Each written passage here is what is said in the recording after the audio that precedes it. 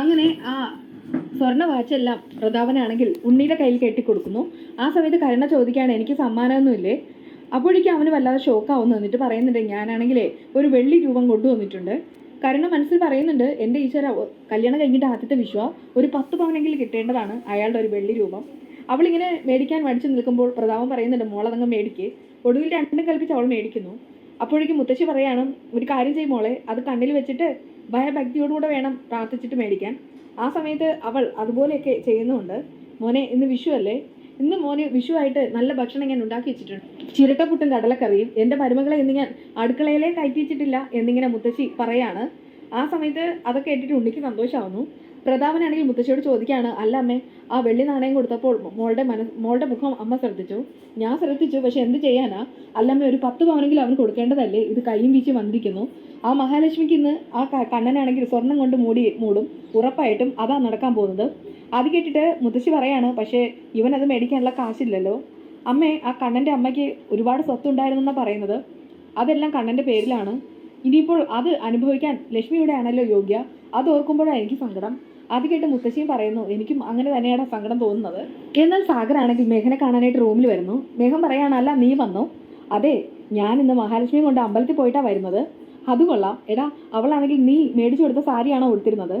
അതിൽ മാത്രം ഒരു താളപ്പിഴ പറ്റിയിട്ടുണ്ട്. ഇന്ന് അവൾ ഉടുത്തില്ല. പക്ഷേ ഇന്ന് അവൾ കണ്ണനെ കൂട്ടാതെ അമ്പലത്തിൽ വന്നതെന്ന് സാഗർ എടുത്തു പറയുന്നു. അത് കേട്ട് മേഘന ഒത്തിരി സന്തോഷമാവുന്നു. എടാ, അമ്പലത്തിൽ വന്നപ്പോൾ കണ്ണനെ കൂട്ടിയില്ലെങ്കിൽ അതിനർത്ഥം എന്താ? അവൾക്ക് നിന്നോടൊപ്പം നിൽക്കാൻ ആഗ്രഹമുണ്ട്. അടുത്ത വിഷു ആകുമ്പോൾ നിങ്ങൾ രണ്ടുപേരും ഒരുമിക്കും, അത് ഉറപ്പാണ്. പിന്നെ അവൾക്കാണെങ്കിൽ ഇപ്പോൾ അവിടെ അനുജത്തി പ്രഗ്നൻ്റ് ആയതുകൊണ്ട് ഒരു കുഞ്ഞ് വേണമെന്ന് ആഗ്രഹമുണ്ട്. അതുകൊണ്ട് തന്നെ നീ അവളെ കൊണ്ടുപോയിട്ട് ഒരു കുഞ്ഞും കൊടുത്തിട്ട് അവളെ വഴിയാത്താരാക്കണം.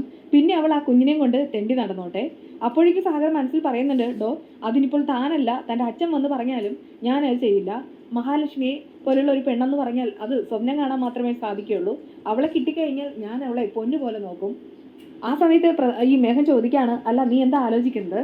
ഒന്നുമില്ല, അങ്ങനെ ഒന്നുമില്ലാതല്ല. ഓ, അവളെക്കുറിച്ച് ഓർത്തുമല്ലേ? അവളുടെ മുഖം ഇങ്ങനെ മനസ്സിൽ കൊത്തി വലിക്കുന്നുണ്ടാവും അല്ലേ?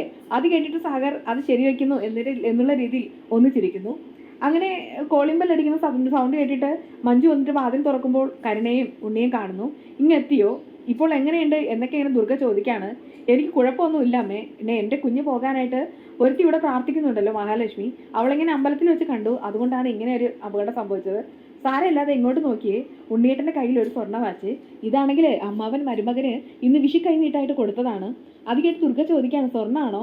പിന്നല്ലാതെ 916 ആണ്. അപ്പോഴേക്കും കണ്ണനും മഹാലക്ഷ്മി അങ്ങോട്ട് വരുന്നു. ആ സമയത്ത് ദുർഗ പറയുന്നുണ്ട്, മോനെ ഇത് കണ്ടോ? ഉണ്ണിക്കാണെങ്കിൽ അവൻ്റെ അമ്മാവനാണെങ്കിലേ സ്വർണ്ണ വാച്ചാണ് കൊടുത്തത്. എവിടെ, കൊള്ളാമല്ലോ. ഇത് ഏത് ജ്വല്ലറി നിന്നാണ് മേടിച്ചതെന്ന് ചോദിക്കുന്നു. നമ്മുടെ ജ്വല്ലറി നിന്നാണോ? കരുണ പറയുന്നുണ്ട്, അല്ല, ഇങ്ങനെ ചെറിയ ജ്വല്ലറി എന്നല്ല, വലിയ ജ്വല്ലറി എന്നാണ്. അതിന് കമലേശ്വരൻ ജ്വല്ലറി എന്ന് പറയുന്നത് വലിയ ജ്വല്ലറി തന്നെയാണ്. അത്യാവശ്യം പേരും പ്രശസ്തിയുണ്ട്. പിന്നെ അവിടെ വന്നിരുന്നെങ്കിൽ ഉറപ്പായിട്ടും പണിക്കൂലി കുറച്ച് കൊടുത്തേനെ. അങ്ങനെ പണിക്കൂലി കുറച്ച് കൊടുക്കേണ്ട കാര്യമൊന്നുമില്ലെന്ന് ഈ കരുണ പറയുന്നു. പിന്നെ ദുർഗ ഇങ്ങനെ ഓർപ്പിക്കുന്നുണ്ട്, എടാ, നിനക്കാണെങ്കിൽ ഇതുപോലെ ഓരോ സമ്മാനം തരാൻ നിന്റെ ഭാര്യയ്ക്ക് അത്രയ്ക്ക് ബന്ധുബലമൊന്നുമില്ലല്ലോ. അത് കേട്ട് കണ്ണം പൊട്ടിത്തെറിക്കാണ്. ഈ കരുണയുടെ ഏട്ടത്തിയാണ് മഹാലക്ഷ്മി.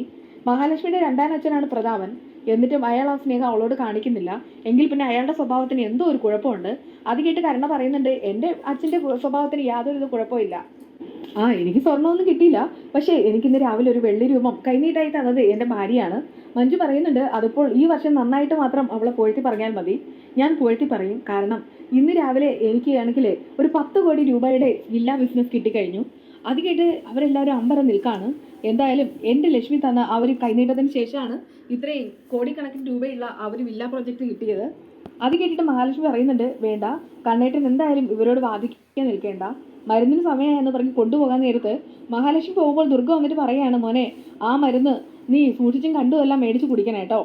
അത് കേട്ട് കണ്ണൻ പറയുന്നുണ്ട്, എൻ്റെ വിവാഹം കഴിഞ്ഞതിന് ശേഷമാണ് നിങ്ങളുടെ എല്ലാവരുടെയും സ്വഭാവം എനിക്ക് മനസ്സിലാവുന്നത്. എനിക്ക് ഈ ലോകത്ത് ഇപ്പോൾ ഏറ്റവും കൂടുതൽ വിശ്വസിക്കാവുന്നത് എൻ്റെ ലക്ഷ്മിയെ തന്നെയാണ്. ഇത്രയും പറഞ്ഞിട്ട് പോകുമ്പോൾ ആ കരുണ ചോദിക്കുകയാണ്, ഇയാളെന്താ ഇങ്ങനെ? ഉണ്ണി പറയുന്നുണ്ട്, നീ ഈ ചോദ്യം പലതാണ് എന്നോട് ചോദിച്ചിട്ടുണ്ട്. ഇയാൾ ഇങ്ങനെയാ, പക്ഷെ നമ്മൾ ഇവിടെ നന്നായിട്ട് ജീവിക്കണമെങ്കിൽ ഈ ഒരു സ്വഭാവത്തിനനുസരിച്ച് പോകണം.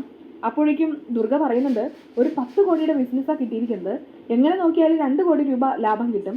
പിന്നെ അവനായതുകൊണ്ട് കൂടുതൽ ലാഭം എടുക്കില്ല, അല്ലെങ്കിൽ പകുതിയും കിട്ടിയേനെ.